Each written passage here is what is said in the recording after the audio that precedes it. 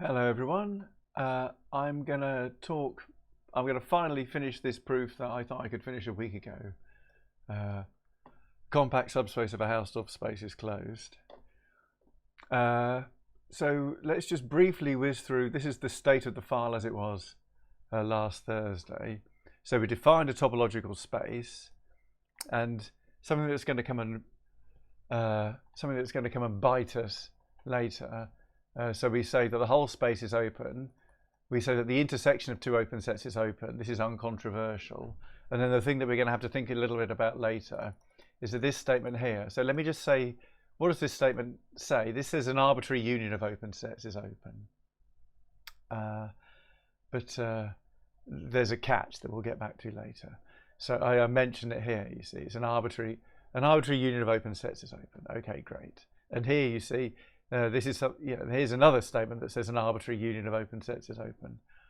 Let's get back to this later. I don't want to really dwell on this. So we have arbitrary union, and this is an arbitrary finite intersection of open sets is open. And then we did essentially nothing about closed sets. And then we did continuous functions. The definition of a continuous function is that the preimage of an open set is open. We proved that the identity of a continuous and composite of continuous functions was continuous. And then we proved that, I can hear myself, I better turn that down, hang on. There we are. And then we defined compact sets. This is basically where I finished this time last week. We defined a compact set, and then I started again on Thursday last week and I redefined it. And my definition of a compact set is if you have an indexed family of open sets which covers C, then there's a finite subset of that family which also covers C. So there's compact. And here's Hausdorff as well. Again, another very, what I thought this time last week was an uncontentious definition. Hausdorff space is given X and Y, given distinct points in your topological space, and then there's disjoint open sets. Yeah, for all X and Y which are distinct in X, there are two open sets U and V, such that X is in U and Y is in V, and U intersect V is empty. And there's my definition of compact. Of Hausdorff. And then last Thursday we proved that the continuous image of a compact set was compact, and that came out quite nicely. And then I was going to start on compact subspace of a Hausdorff space is closed, but I needed the statement that a locally open set was open. And this was rather more of an adventure than I'd realized. I thought this was going to be very short, but as you can see, it's 15 to 20 lines. So this is the statement that a set V is open if and only if every element of V has an open neighborhood living completely within V. So there we have open if and only if locally open, and that's the first thing we need for, where's the goal today? And that's the first thing we need for this proof today. So the final thing that I announced I would prove a week ago and will actually prove today, I claim that a compact, so what are we saying here? So X is a topological space throughout this file, and we're saying let's assume that X is Hausdorff, and then let's take a compact subset of X, and I claim that it is closed. And so let me first start by going through the maths proof. We've got to prove that this compact set is closed, so we have to prove that the complement of this closed set is open. You see there's this tiny little c there. That tiny little c means the complement. So we're trying to prove that the complement of C is open. And what we're going to do is we're going to prove that it's locally open, i.e. given a point in C, let's say X is in the complement of C, then I'm going to prove that there's a little open set, an open subset of capital X containing little x, which is completely contained within the complement of C, i.e. completely disjoint from C. So that's the first line of the proof. Rewrite open if and only if locally open, and then we introduce X and HX. So this is where we got to last time. So you can see, Lean is like a computer game, and that's why I'm so insanely into it, because really, the two things that I've been enjoying a lot recently over the last 20 years, basically, have been doing maths and playing computer games, and this unifies these two things. So we have a compact set C in a Hausdorff space X, and we have X which is not in C, and we have to prove that there exists a U which is an open set such that X is in U, and U is entirely contained within the complement of C, because that will prove that the complement of C is locally open and hence open, and thus it will prove that C is closed. So that's where we're starting then. So how are we going to prove this? It's always unwise highlighting. I should be careful. It's always unwise starting to highlight the widget stuff because they do crazy things. So how are we going to find this? You see, if our goal isn't exists, you would imagine that our next line would be use blah, right? That's how we make, normally in lean, normally in maths, you tend to make progress on your hypotheses. You have hypotheses, and you grow more and more and more hypotheses, and this list gets longer and longer and longer, your list of hypotheses. And eventually, your hypotheses together prove your goal, and then you knock off your goal. Now, that's traditionally how a proof is presented in a maths department. But in lean, it's sometimes nicer to work backwards. In lean, you have your goal, and you keep manipulating your goal until your goal eventually becomes one of your hypotheses. And the advantage of doing it this way is that your list of hypotheses doesn't grow longer and longer and longer. But for this proof, you see, we can't do this. The way the computer scientists like to do it, we can't do it, at least at the minute, because where are we going to get our open set U? We need to come up with an open set U, and we're going to have to work to get that open set. We're going to have to use compactness. So mathematically, here's what we're going to do. Let's make this a bit bigger so people can see it. We're going to use compactness. So let me go through the proof. Here's the idea. First of all, how do we use compactness? We need to find an open cover of C, and then and we'll get a finite subcover. So where is our open cover of C? And we're going to get the open cover of C using the Hausdorff property, right? So first of all, let's choose an arbitrary element of C. Let Y be an arbitrary element of C. And now, of course, X is not in C. I'm sick of X is in the complement of C. This is a ridiculous thing to say. Let's rewrite. Is there a mem compl? Yeah, look, mem. Let's replace. Oh, is there a mem compl if? I'm sick of saying. Yeah, there's a mem compl if. Let's rewrite mem compl if at hx. Let's spell it correctly. Great. And now it used to say X was in the complement of C, but now we're thinking about it, X is not in C, which is probably the way people really think about these things anyway. So where's our open cover of C coming from? Let's say Y is an element of C. Then, of course, because X isn't an element of C, that means X and Y are distinct, right? And now, because X is Hausdorff, that means there exist two open sets. I'm going to call these, I'm not going to call these V1 and V2. Well, I want to call these, let me call these U and V. Let's call, there is this X in U and Y in V, such that U intersect V is empty. And there we go. And in particular, because X is in U and U intersect V is empty, we have that X isn't in V, right? There, which is, of course, V, so by Hausdorff, maybe I should say this. So by Hausdorff, there exists opens U equals U of X, Y. Well, X is fixed, really. And V is V of Y. There exists disjoint opens, disjoint containing with X in U and Y in V. There. So in particular, X isn't in V because X is in U and U is disjoint from V. And now the idea is that these V's, V is open and V contains Y. And so the union of the V, as Y varies, the union of those V of Y covers C, right? So there's our open cover of C.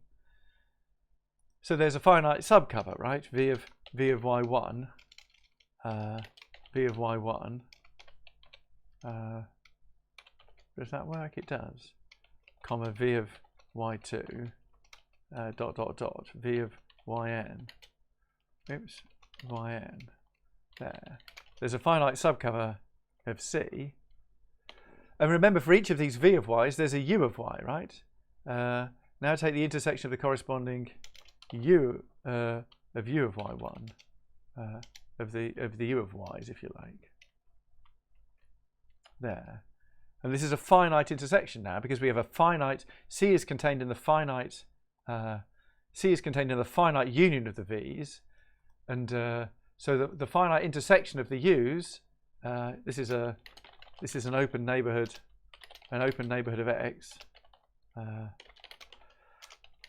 sorry, an open neighborhood of little x, and it's disjoint there, and it's disjoint from the union of the union of the y of the union of the v of y's,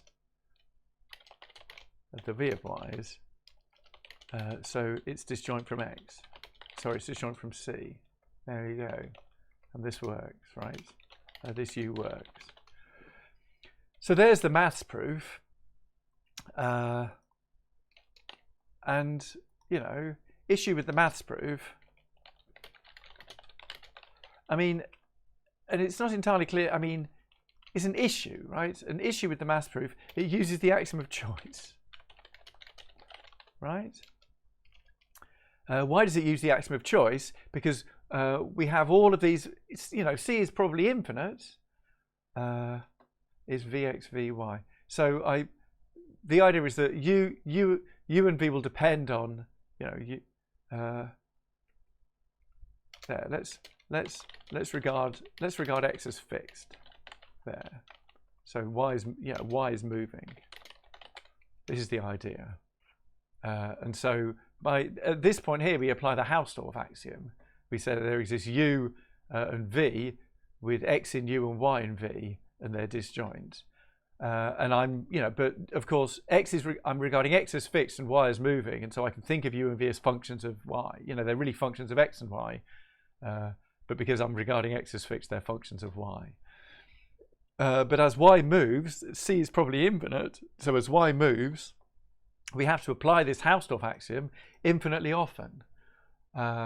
You know, for each y, we have to choose u and v, and so this is making infinitely many choices all at once in our proof. So we're using the axiom of choice.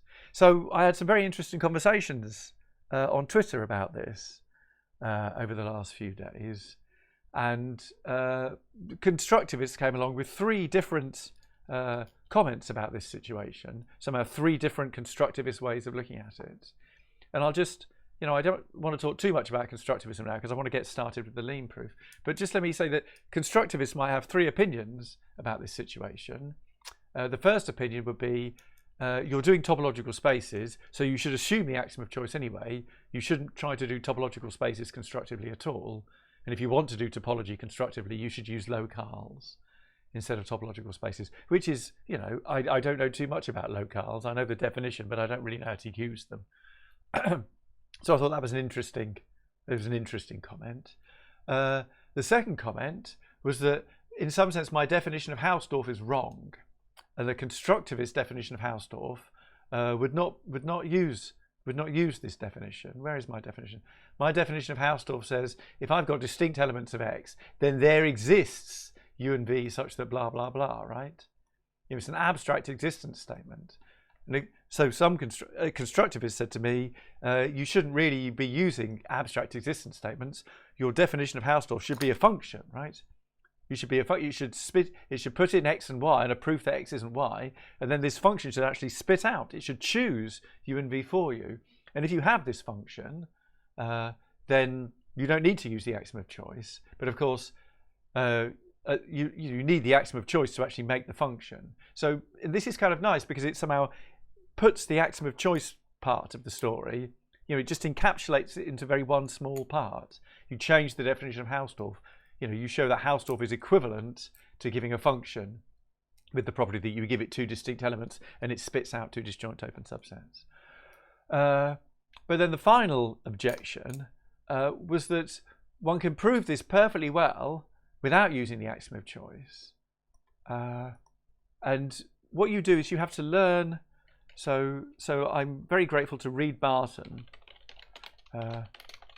and Andre Bauer, I hope I've spelled his name right, who independently, sorry if I didn't spell either of your names right, who independently showed me an axiom of choice removal principle, which makes the proof look kind of different, but in some it's so which makes proofs look kind of a bit slicker, and B a bit harder to remember, in my opinion, possibly. But John Bay has pointed out to me that I just might not have had enough practice. So let me go through this axiom of choice removal principle. The axiom of choice removal principle says don't choose, right? Use all the choices. Okay. So what have we got here? We need to find a cover of C. We need to find a cover. We need to find an open cover of C because we have to use compactness of C to get the finite subcover. So here's the idea. The idea is that our open cover of C is not. We're not going to apply Hausdorffness to define the cover. That's somehow the point. We're going to use Hausdorffness. We're going to use Hausdorffness. We're going to define the cover. We're going to do this. Let's define a new set I, right? We will define a slightly different kind of cover in our actual proof. We'll define a slightly different kind of cover. Okay, so let's let I be the following set. It's the set of pairs. I'm going to call them VU in set X cross set X. So I is the pairs, the set of pairs V comma U of open subsets of X with what? With X. Let me get these with X in U and U intersect V, U intersect V empty, right? So this was. We at some point in the proof we chose one of these, right? We had an X, and then given a Y, we then chose a pair of V and U. We chose a pair of open sets V and U disjoint by the Hausdorff principle, such that Y was in V and X was in U. And somehow the axiom of choice removal principle says don't make that choice. Just consider all of them immediately. So let I be the set of V and U. Should be a colon, sorry. So this is pairs V comma U in set X comma set X with the following properties. Firstly, X is in V. Have I got this? Oh, I've got X is in U and Y is in V. How really annoying.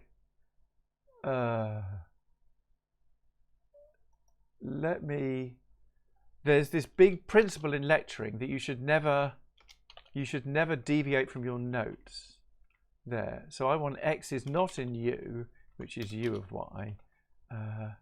No, X is not in X is not in U, which is in U of Y. Right. So the union of the U of Y covers C. Yada yada yada yada yada, because this is in U. Let me make sure I've got this right. Yes, X I want to be in V. So there's a finite subcover of U's there. And now let's just take the intersection of the corresponding V. Sorry about that.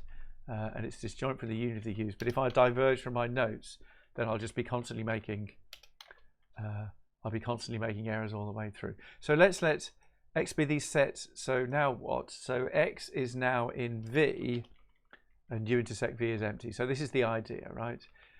So X is in VU dot 1 because I'm thinking of VU as being the pair V comma U, and VU dot 1 is going to be the V. So X is in the V, and of course is open, right? Is open VU dot 1. The V is open, and also the U is open. VU dot 2 is open. Is open this. So this is now the sets. What have I got here? This is the pairs V comma U, with x in v, v open, u open. You see, it's kind of annoying because this has to be one object, so I'm calling it vu. I want to call it a pair v comma u, but I'm calling it one object vu with two components, the first component, which is v, and the second component. Oh, and the other thing, the really most important thing, I want it to be disjoint, right? And vu.1 intersect, let's put this on another line. vu.1 intersect vu.2 is empty. There. So there is my set. That's all of the sets that show up in the proof, and it's also some other sets as well. For example, because we only considered sets U with Y in U, and this U could be the empty set. You know, there's no problem at all with U being the empty set. There, and now the idea is we want to consider the U's, right? We want to consider all the U's coming from pairs. Coming from pairs VU in I, there. So now let's define U. Let's define a map from U let's define a map U from I to set X there, and it's going to be lambda. So what is an element of I? An element of I is something like a V and a U and an H, right? An element of I is an open set V and an open set U, and then it's a hypothesis, right? To make an element of I, to make a term of type I, you need to give these two subsets, and you need to give a proof that all these conditions are satisfied. So a good name for an element of I, a term of type I, would be VUH, and now I want this to be the U part. So VUH.1, that's the pair, that's the VU pair, and then I'm going to put dot 2, right? So this is send v comma u to u, right? That's the idea.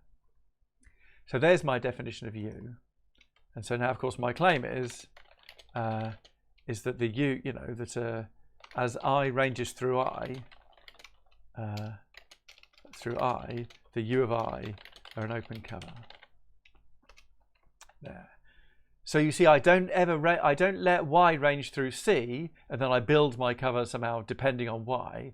I just take all of the open sets that show up in that construction, and I put them all together in a set capital I. And I don't go through choosing elements of capital I. I'm going to use them all. So my claim is that as little I ranges through capital I, the UI are an open cover. So this is the next thing I have to prove, I guess. So let's do that first. In fact, let's first prove they're all open. I'll tell you what we should do. We should have a look at the definition of compact, and we should prove everything in the right order. What's the definition of compact? So now you see we've got this capital iota. We've got that already. That's capital I. We've got this U. You see, what I'm trying to do is I'm trying to build. The assumption that C is compact is a function, right? We're going to give it the inputs. We've got I, we've got U, and now these are the inputs we need to. Yeah. So the next input for this function we need is a proof that all the UI are open, and then the next input we need after that is a proof that they cover C. So let's prove that all the UI are open. That looks like the next step. Great. So let's go. We have HU1, and this says that for all I and I is open U of I. There we go. So what's the proof of this? Let's have a look. Have I got no errors? I've got no errors. Great. So how are we going to prove that all these things are open? So I guess the first thing I should do is I should take an element of I. Do you know what? The first thing I should do is I should take an element of I, and then the next thing I should do is I should take it apart, right? Because the proof of this is this, right? That's the proof, and that's somehow embedded in I somewhere. So let's take I apart. Let's do rintros I. That would be a naive first step. And now you've got an element of I, a term of type I. But rintro is quite a powerful tactic. It will let me take this thing apart. I could do this, right? I could do rintro VU, H. There. hopefully. I can, right? And now VU, you can see, is my pair of sets, right? And H is the proof of all of these things here. And really, I want to take VU apart, right? VU is really a pair V comma U. So V comma U comma H. And now let's have a look there. So now I've got V and U, which are subsets of X. And now H is somehow, you know, the proof of this is going to be some component of H. But we really need to take 1, 2, 3, 4. There's 4 things in H. So let's take those things apart. In fact, most of them we don't need, right? What could we do? We could just go, which one do we actually need? Nothing, nothing, H, nothing. I think that's it. Yeah, I think that is it. Super. Is that right? What is H? H, yes, this looks great. H is I've just got this terrifying pop-up that says my file system's only got 1 GB remaining. I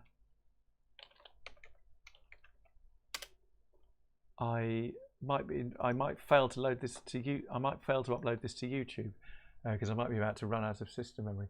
If I suddenly disappear and everything crashes in about 10 minutes, is there any way that I can remove help?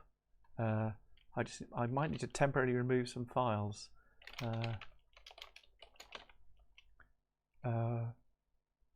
What a terrifying thing. Oh dear, oh dear, oh dear. Right, if I suddenly randomly disappear without the proof finished, you know what's happened. I've just run out of memory. So what's going on here? We've got to prove, now you see this is going to be exact H now, right? There, you see that proof isn't difficult because the hypothesis that U of I is open, you know, the fact that U of I is open is part of our hypotheses, but this shows you the power of the rintro command, really. So now what? Now let's prove they cover C. So have HU2. This says that C is a subset of the union. Big up I UI there. So why is this true? Oh, this would be it would be such a shame if my stream just died. I might have to sacrifice. Let's sacrifice a file. Let's sacrifice a 3 GB file. Sorry, I'm just going to move a 3 GB file as soon as I can to somewhere else.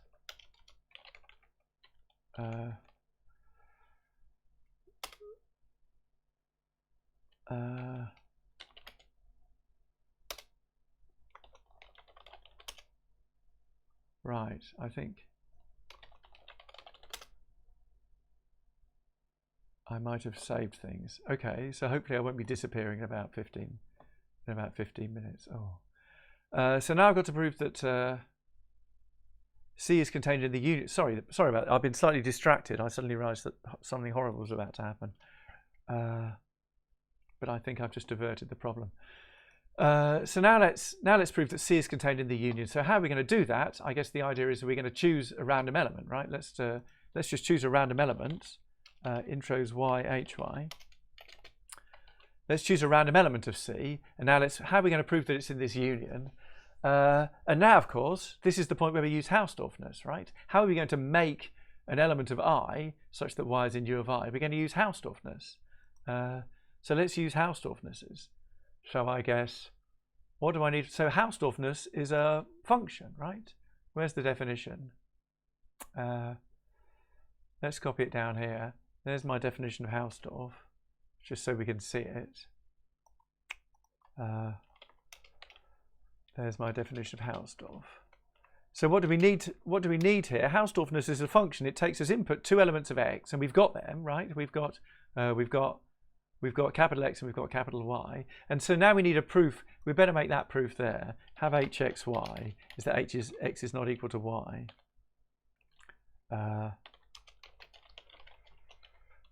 So why is x not equal to y? That should be, we know that x is not in C, and we know that y is in C. And so we could do Rintro Ruffle. That says, let's assume that x is equal to y, and in fact, let's define y to be x. And so now hx is a proof that x is not in C, and hy is a proof that x is in C, and that's a contradiction. Yeah, that's worked. Great. So now we know that x is not equal to y, and we also know that our spacing has gone off.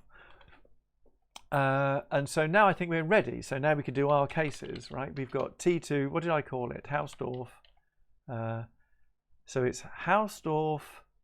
I need to feed in x, and now I need to feed in x and y and hxy. Did that work? No. So, oh, it's not it's hx. No, what is it? It's x. Dear, what am I talking about? It's hx, right? Hx is the proof that x is Hausdorff. Now, how's that gone? That's gone very well. So now we're using the fact. So now use that x is Hausdorff. There. So we're going to use the fact that x is Hausdorff, and we're going to get with what? And what will we get here? We'll get sets U. What will we get? We're going to get sets V and U, and then some hypothesis H, I guess. Let's have a look. What have we got here? Yes, so now by the fact, we use the fact, H capital X, we use the fact that x is Hausdorff, and we've thrown in our two elements, and now we've got V, which is a subset of x, we've got U, which is a subset of x, and now we've got this H, which is 1, 2, 3, 4, this time it's 5 hypotheses, so we could probably give them better names.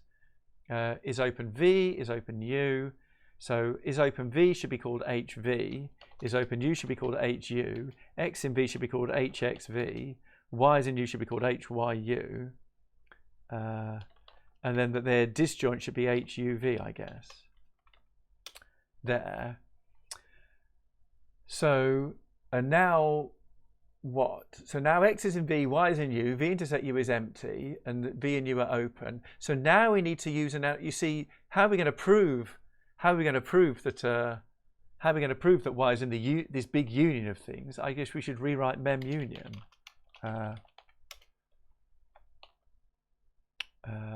We should rewrite mem. There we go. We've got to prove that there exists an I such that Y is in U of I. So now our job.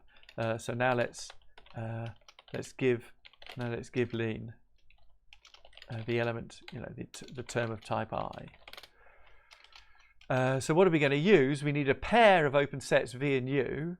So it's going to be, we're going to use the pair of open sets V, U.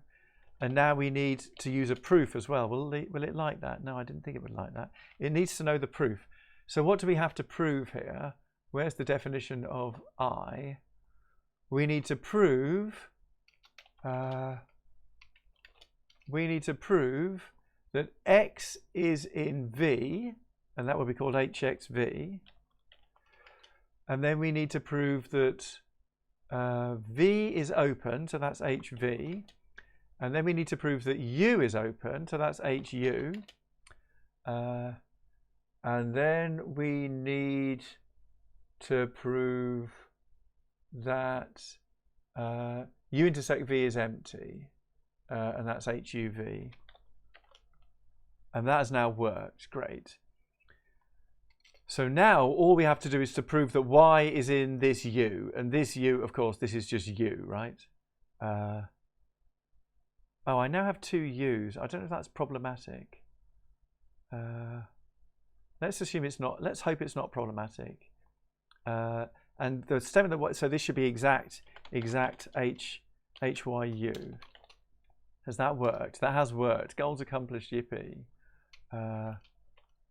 There. Great. So I temporarily had two U's, but it looks like we got away with it. So now I think we are in a position to use our. We're now in a position to use compactness, right? Compactness is a function. What is our definition of compact? Our definition of compact is way up here. here's our definition of compact. There. So let's go down here and stick that down here so I can see it. There's our definition of compact. And so now, and so you see this HC, so let's specialize. Let's specialize HC. And now what are we going to do here? The first thing we're going to do is we're going to feed in I.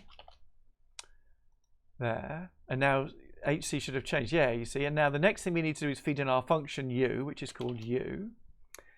And the next thing we need to do is we need to feed in a proof that all U of I's are open. And that's called HU1. And no, it's not, with a small h. And the next thing we need to do is to feed in a proof. We need to feed in that. You see, you can see HC as a function now because there's that little arrow there. HC will take a proof of this and will spit out a proof of something else. And we have, you can see directly above it, HU2 is the next input. HU2. So there is our application of compactness. And now HC says there exists some finite set, right? There exists a finite, and this must be the must be the thing that we need. So now we can do cases HC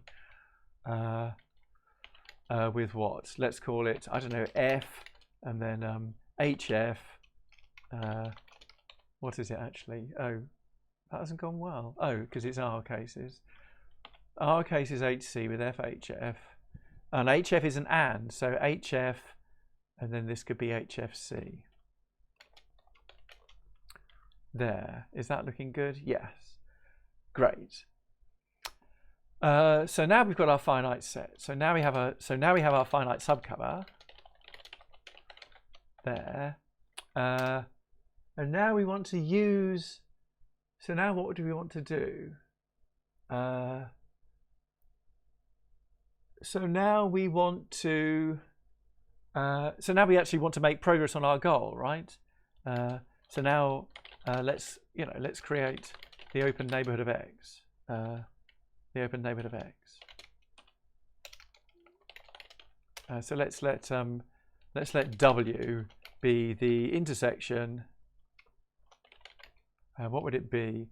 It's the intersection of the I guess the for the I in F.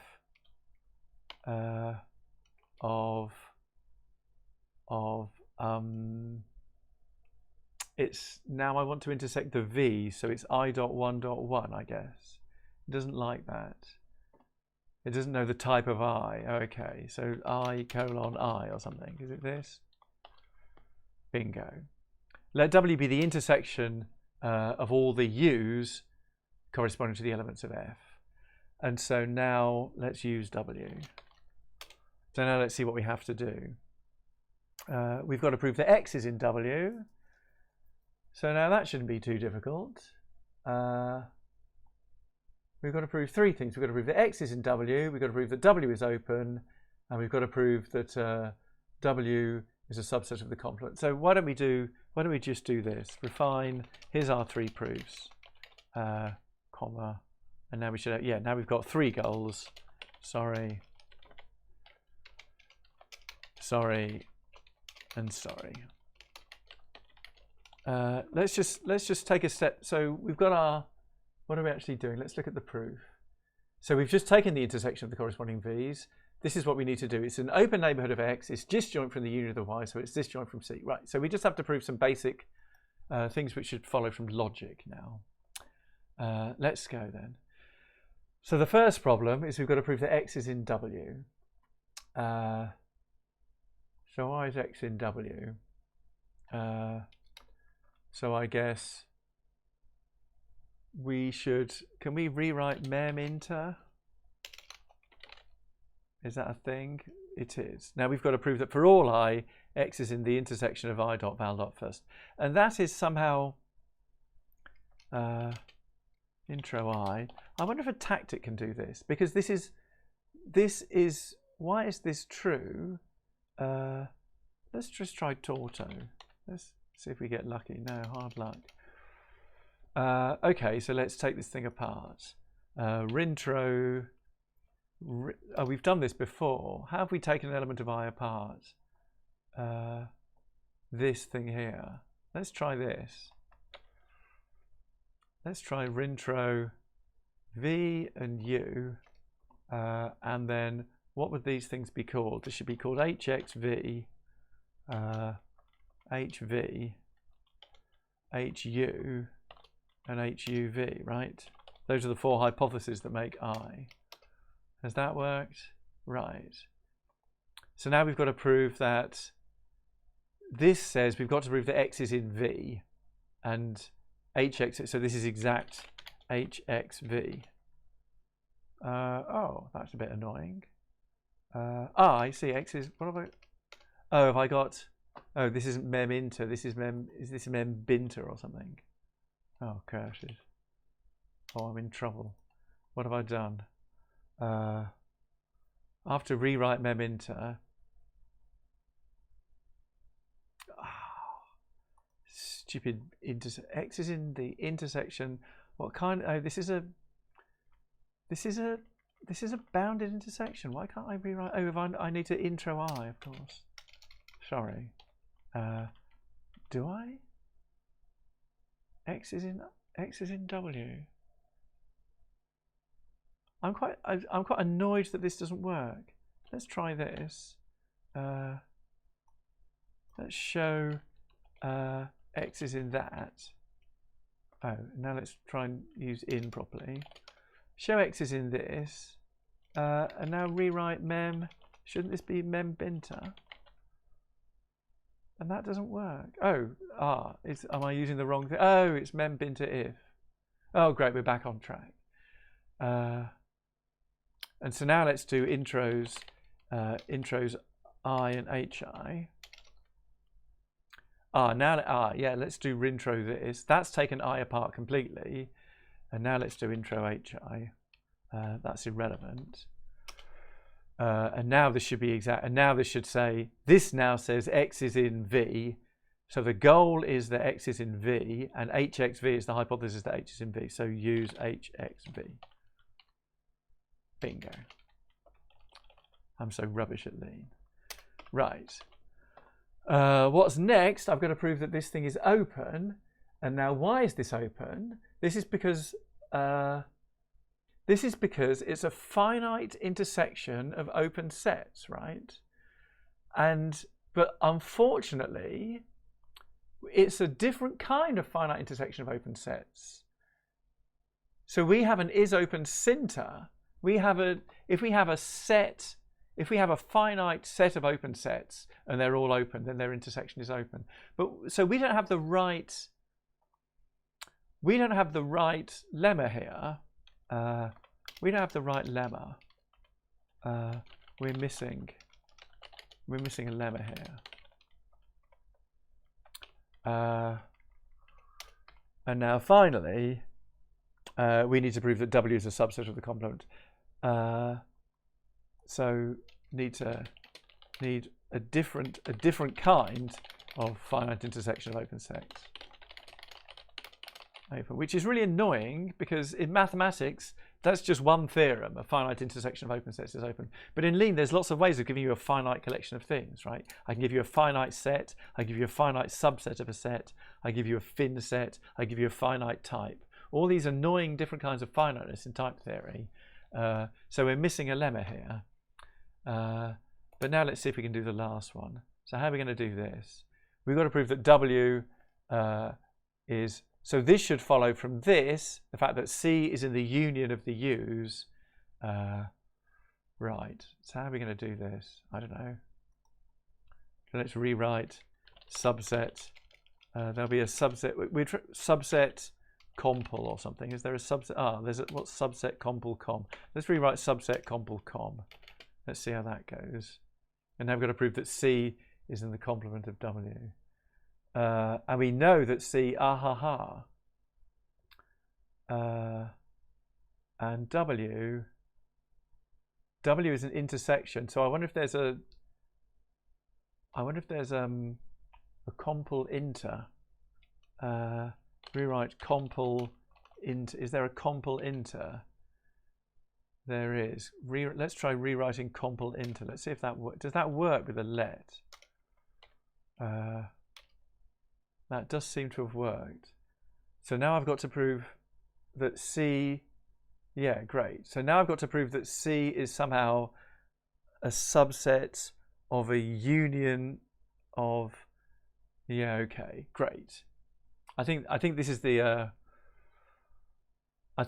state that we want it in. We've got to prove that C,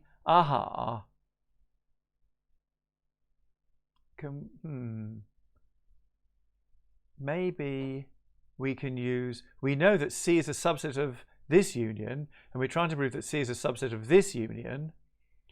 And so maybe we can apply, apply union subset union. Is that, yeah, you see, union subset union says that if for all I, S of I is a subset of T of I, then the union of the S of I's is a subset of the union of the T of I's. Will it let me do this, I wonder?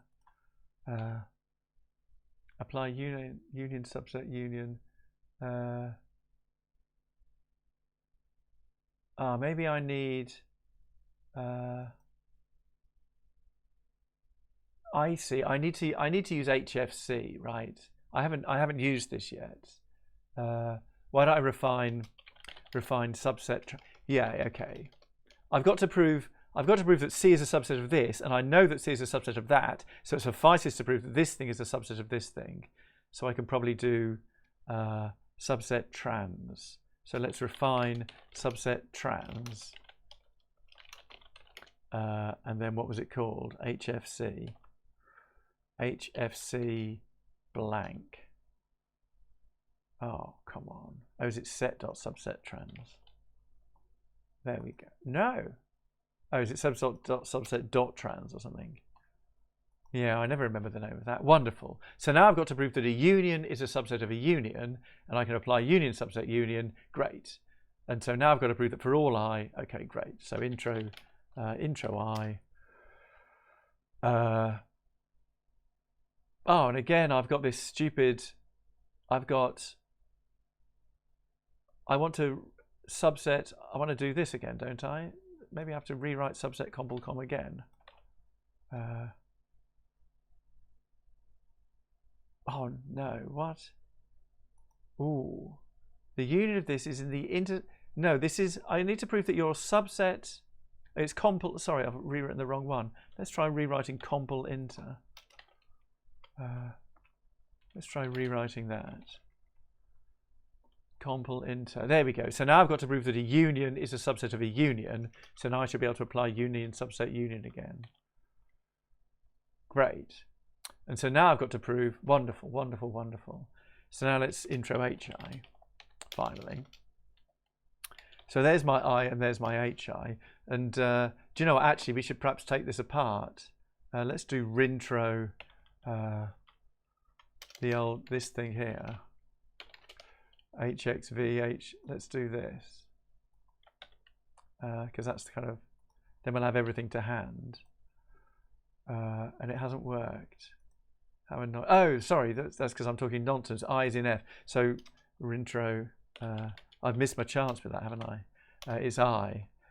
I has got all the, we could do R cases I. Let's do R cases I with all this. Let's take I apart, just out of interest. Let's R cases I with that. So now we can see what I really is. This is what we really have. We've got V and U as subsets of X and blah, blah, blah, blah, blah. And so now let's see what the goal actually says. We've now got to prove that U of, we've now got to prove that U is a subset of, okay, so we've got to show U is a subset of, it's a subset of V complement. Is that right? Yes. We've got to prove that U is a subset of V complement, and somewhere we know, yeah, look at that, we know dsimp. Do you know, let's do dsimp at star. Let's write terrible lean. That might not have been a good idea. Yeah, that wasn't a good idea. Let's show U as a subset. Oh, I see, because I've got two U's. I'm being a terrible person again. I've got two U's. So how am I going to prove this? I guess I'm going to use subset. Let's rewrite subset compl.com again. Let's see what that does. Is that doing anything useful? No, that's just changed the problem. You see, I need to use the fact that HUV says that HUV says that U intersect V is empty, and so this should just be logic. I need some subset compl lemma. Oh, I need exactly this. Let's rewrite subset compl if disjoint. Great. So I've now got to prove that U intersect V is empty, and HUV unfortunately says that V intersect U is empty. So let's try. So let's rewrite inter. Is it intercom? Is that a thing? Yeah. Let's rewrite intercom. Yeah. And now let's say it's exact HUV. And that has worked. So our proof is nearly complete, but I've got 8 minutes to deal with the fact that I haven't proved that a finite intersection of open sets is open. So what do I need here? So I need some lemma. What do I need? I mean, I guess I need something like, what should it be called? Oh, the pressure's on now. If I've got 8 minutes, let's try this. Let's lemma is open binter. So what would this say? This would say let's let I be a type, and let's say F is a subset. And what have we got? And F is, and we know this, right? Finite F. That was what we had, right? Where's my sorry? Yeah, we know that this is exactly what we've got. I is a type, F is a set, F is a finite subset, and then we've got U from I to set X. And now I have to keep clicking back here. Is there some way I can pause this? Can I pin it? I think I can pin it. I goes from U to set X, and I know that they're all open. I know this HU that they're all open, and then the conclusion is that the intersection is open. What does this say? This says the intersection for I in F, I dot val dot first, and that's just now going to be U of I there. So let me sorry this. So that's a statement that the finite intersection, so another variant of finite intersection of open sets is open. So we just saw lean at its best somehow up here, because the proof just went through very naturally and I never got stuck. Let's just stick that there, and now let's see if, let me just check that that does it, because it would be terrible if I proved the wrong thing. So this should be, what do I want it to be? This should be exact is open binter, and then I need to give it the proof that F is fine. Why don't I just apply it? See if it does it. It has failed. So something's gone wrong. What's the problem?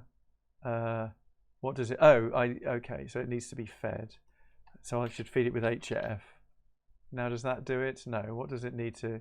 And now it also needs the proof that everything is open, and that is probably HU1. Oops, that was HF. HU1. I've got the okay, so it's U, and now we are still struggling. Why is that not exactly? Let's convert it, and now let's see what the proof. And now let's see what we have to do, because I think that's an indication that we've got it right. Now let's see what the goal is. I want this to be REFL. This is not REFL. Oh, how frustrating. Have I got my is open binter stated wrong?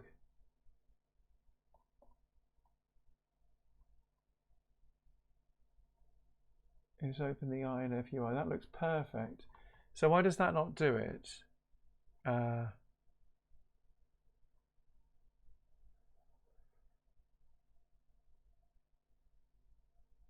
W is the intersection of I dot val dot. I'm really surprised that that doesn't do it.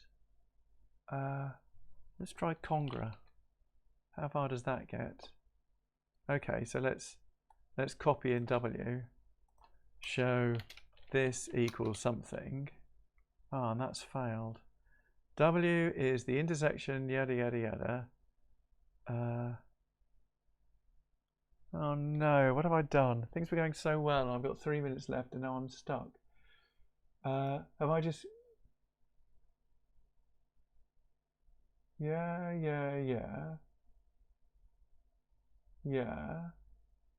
That looks... U is...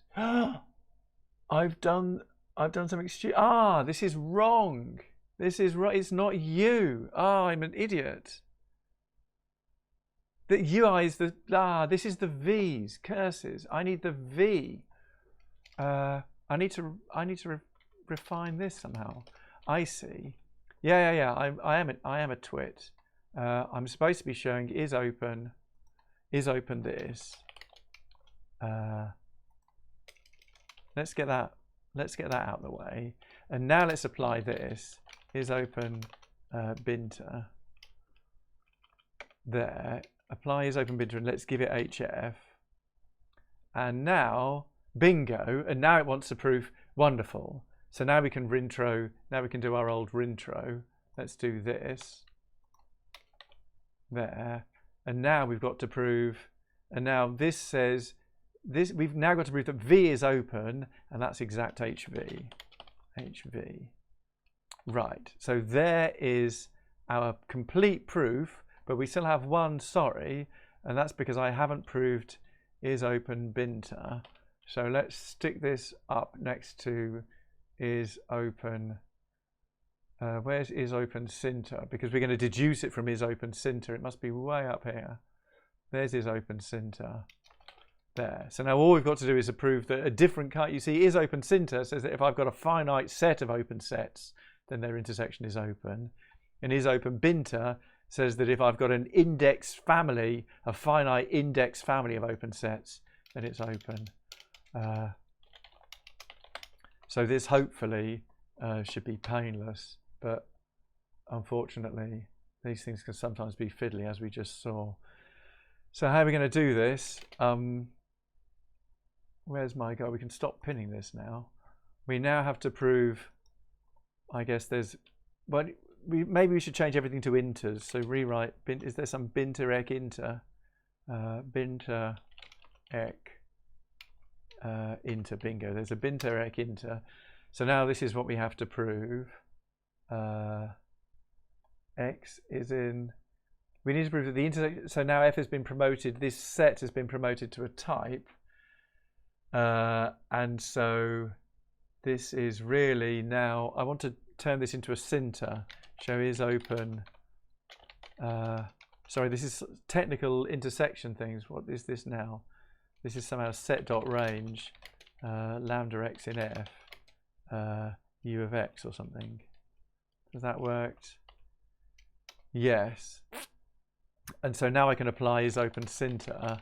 So this is the one that we have already, and now hopefully this should just be logic. Oh, I've now got to prove that something is finite.